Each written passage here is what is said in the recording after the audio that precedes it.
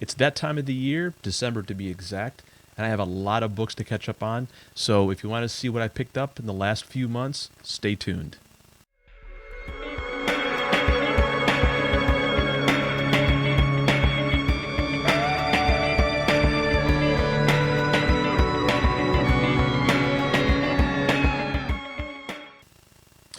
Welcome to the collective. So, I had an idea back around, I think, June this summer to set aside some of the books that I pick up at local conventions, some comic shops, some personal collections, and a lot of stuff I get from online auctions, places like Heritage, Comic Link, Comic Connect, eBay.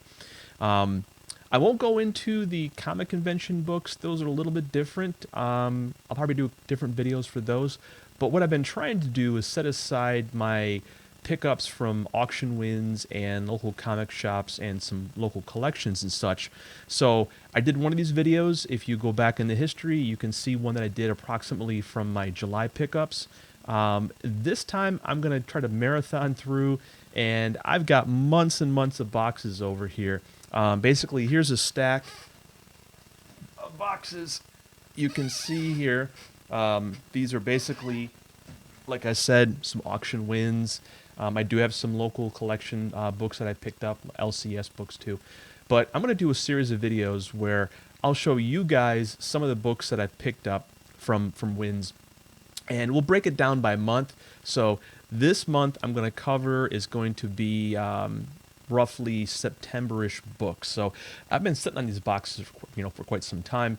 And give me just a few minutes and I'll be right back after I open up some of these boxes.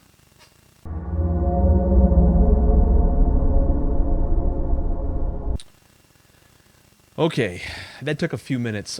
So what I did is I opened up all my boxes. I've had boxes sitting here for the last 4 months. It's December right now, 2021. I know what's in them. I'm not too concerned because the auction companies that I buy these from, I feel comfortable with not opening the books immediately. But as I mentioned a few minutes ago, I do have some other books that I got from eBay and some LCS pickups and some some private collection books. So I've seen those. I've got them in a box over here on my side. So I just unboxed everything. I'm going to break this into probably a September, October, and November video, roughly, for the books that I got in those 3 months. Otherwise, this will probably be a big marathon 2-hour-long video. So let's get into it. I'll show you some of the books that I picked up, and this is roughly in that September time frame. Let me get this box here where I can go through and show you what I've got. Okay, so I got these roughly alphabetized. I also took the time to fix up some of the bags. You tend to get some of the books from places like Heritage with the big labels on the front that kind of obscures the cover, so I kind of flip some of the bags around. So let's get going through this here because we have a lot of books to look at. And I know a lot of you guys are always asking me, anything you picked up recently that you're looking to sell. I will say most of these books I will probably sell at some point.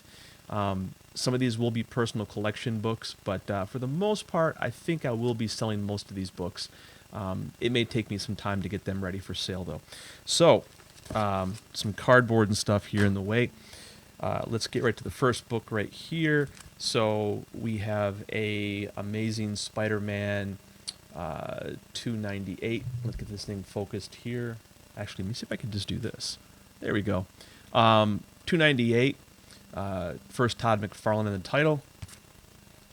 Nice condition book, by the way, pretty high grade. And this is a classic one right here. First appearance of Bullseye. This is Daredevil 131. Real nice condition copy again. High grade. And what's a 131?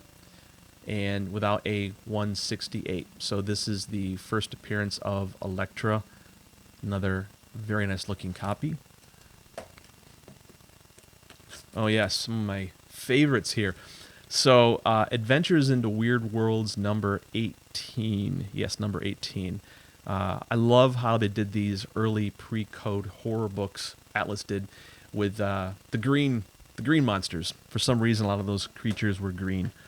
I'm not sure what that's supposed to be. It looks like it says Ivan and Petrov. Some kind of zombie or ghoul creature, for sure.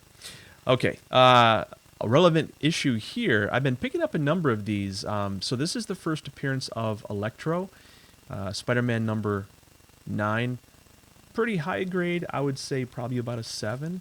For some reason, this is not the most popular of those early villain appearances. I tend to find that at an affordable price. I pick it up whenever I can.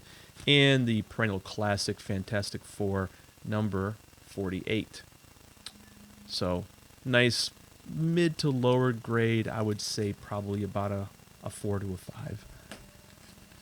And what's a 48 without a 49? So this is my favorite of the pair. So this is the first full Galactus appearance. He appears in a cameo in 48 in the last page. This one actually has a fantastic Galactus classic cover. Nice mid to high grade copy. And this is a beauty. This was a kind of a local collection find that I had. This is just a fantastic Sinestro cover. Solid near mint. This thing is just pristine. Possibly a 9.6. Oh yeah, this is a big one. Journey into Mystery 85. So first appearance of Loki. Solid mid-grade copy of that book. Looking forward to having that graded. Some more pre-code Atlas horror books. Journey into Unknown Worlds number 15. Okay, and a Silver Surfer number 1. We'll put it over here. Let's see if I can get this. There we go. This one here, I would say is probably got a shot at an 8. Very nice looking copy.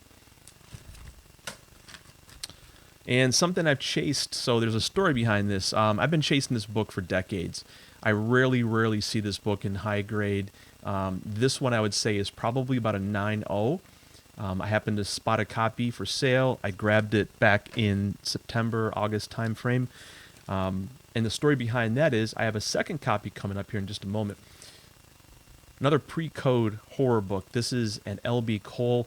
What I do like about this cover is if you look right here in the background, there's a guy hanging. Let me get the glare off right there.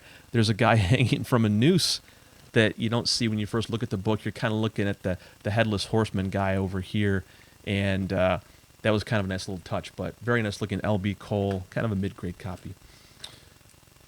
Tales to Astonish 35. I think this book is really underappreciated. This is Ant-Man's first costume appearance, and it's the first Ant-Man since issue 27. I think that to me is more of like the first Ant-Man appearance than issue 27, The Man in the Anthill.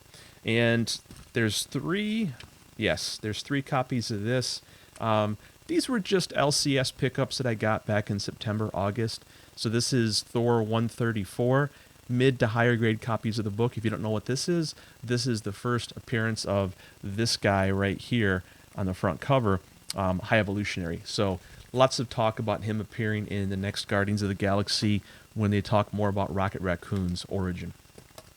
Tomb of Dracula number 10, another nice pickup. I think I got this out of a private collection back in the late summer, so this is part of my September haul, and this is nice. The last of the raw books here, very nice run of early X-Men books. So this is number 5.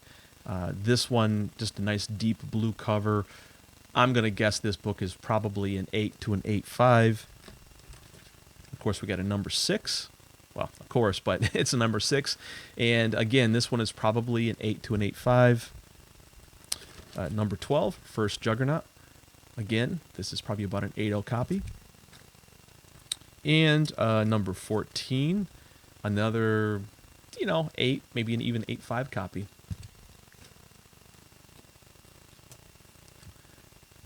First Polaris, number 58, another 8 to 8.5 copy. And rounding out the ungraded books that I have here in the September box is a very nice X-Men 94. This copy, I'm thinking, is somewhere in the 9.0 range. Okay, now we're going to get into the slab books here. So, All-Star Comics number 56 has a great robot cover on it. Spider-Man number 4, This book has always been hard to find in high grade. I do have a nicer copy of 5.0, but I've been looking for a high grade copy for quite a long time that isn't astronomical in price. And speaking of nice copies, I got very fortunate and I managed to win this. I think this was a Heritage auction win back in, let me get some of the glare off of that cover. There we go. This was a Heritage auction win back in the late August, early September time frame. I threw a bid on the book and got very fortunate to win that 7.5 copy. I think everyone's attention was on the No Way Home Spider-Man villains like the Sandman and Dr. Octopus and Green Goblin. They weren't looking at Mysterio as much, so I got fortunate with that one. Another Heritage win, another fortunate win, actually. I wasn't looking to buy this book, but the price was too good to pass up. Avengers #2. The nice thing about this right here is, if you can see, it's got white pages. This one's going to be a keeper. Speaking of keepers, I got very lucky to win this beautiful book. Rounding out my Fantastic Four run, this one's always been one of the harder ones to find. Not many people are really out there, I guess, selling this book, or the book doesn't move that often. It is the first appearance of the Puppet Master. People are more looking for issue #4 or #5, issue #6 with, Submariner. So I was very happy to see this book come on the market. Definitely a keeper. And if you look at the notes here at the top, this is from the collection of Joe and Nadia Manarino. So if you don't know who Joe is a large collector. I think he is the current director at Heritage for the comic division. Fantastic Four #25, a great cover with Thing versus the Hulk. High grade 8.0, not very easy to find. And speaking of not easy to find, another copy of #49. You can see this was a Heritage win. Labels in the front. This is one of those nice Mylar bags. I didn't take it out and flip it around. 7.0, very hard to find this in that condition. Just a nice run here of pre-code horror books. I love this. Has been getting a lot of attention recently. If you watch Automatic Comics, and Ryan over on his channel talks a lot about this series here, Ghosts. I've been looking at this collection or this series for quite some time and picking up copies. I didn't have a #9. I'm happy to have that. Nice solid 4.0. And this has been on my list for quite some time. I've been looking for a nice copy of Journey into Mystery #103. And this is the first appearance of the Enchantress and also the Executioner. Very hard to find these early issues of Journey into Mystery in nice condition, so I was very happy to get this one. That's going to be a keeper. Sort of a not very well known, at very end of Jumbo Comics. As many of you may know, Jumbo Comics was a Jungle series, primarily starting with issue #1. And sometime in the late run, around, I think, issue 160, maybe 161, they changed to this horror format. So recently I just discovered this, and I just love the layout of these pages, or the covers. Reminds me of Maurice Whitman, who did a lot of the other pre-code horror painted style covers. So I've got a few of those, more in the next box. Spotlight #5, always, always, always, I look at this when the price is right for this copy or for this issue. Very hard to find a copy like this. This one is a 5.5, but to me, it presents much nicer. Not sure why. There might be some light staining somewhere, but for that condition, I couldn't pass up the grade. A series I've been trying to complete for, it seems like, decades, Phantom Stranger. This is a very hard to find run. Very short 6-issue run, issue #3. And finding it in collectible condition is very challenging. I bought this because I'm looking for 6.0 or higher. I have a few more issues to go to finish my run on that. Probably a few more decades, actually. Silver Surfer #1. Nice presentable 6.5 copy here. And to go with that, Silver Surfer #4, even nicer. So this is an 8.0. Very happy to have that. And this is the other copy. So I mentioned just a few minutes ago, I've been trying to find a nice copy of Spectre #1 for, it seems like, decades. And I happened to see the previous copy I just showed you a minute or two ago. I bought that, and the very next day, this one came up for auction, and I won it for a very, very, I thought, low price, 9.4. I'm not quite sure which one I'm going to keep. I may keep both of them because I know I spent a long time looking for just a copy, and now I have two. Love this Bill Everett cover. So this is Kill Clown Kill. Just this interesting, again, these pre-code horror covers from Atlas tended to have these green monsters. They were always green. Again, not sure if this is a ghoul or some sort of half skeleton ghoul creature, but nonetheless, it's a really cool looking cover. And two more books to go in the September box. So X-Men #2.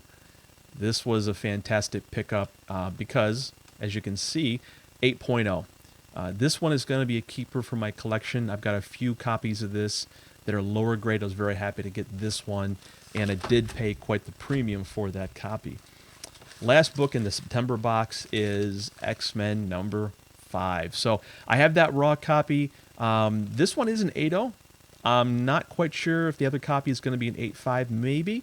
I will keep the better of the two copies and sell the other one off, but I'm very happy to finally finish off my early X-Men run with issues #2 and 5, and I have a nice #6 that I picked up a while ago.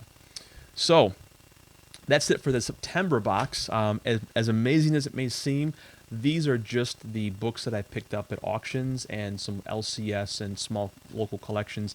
I do have some convention books, but if I were to show you those, it would take another half of an hour to go through those. So I'll spare you that. And there's not many books. Nowadays it seems like convention pickups have been getting harder and harder. More and more of these nicer books, the harder to find scarce books, especially high-grade books, tend to go to auction. So I don't really have a lot of great books that I find at conventions much anymore. So I'm going to do a few more of these videos, and we'll get into what I've also unboxed here just a few minutes ago for the October and November time frame. So stay tuned, and if you like these videos, click subscribe below, and keep watching. I'll have more of these coming up very soon. Thanks. We'll talk in a minute. Bye-bye.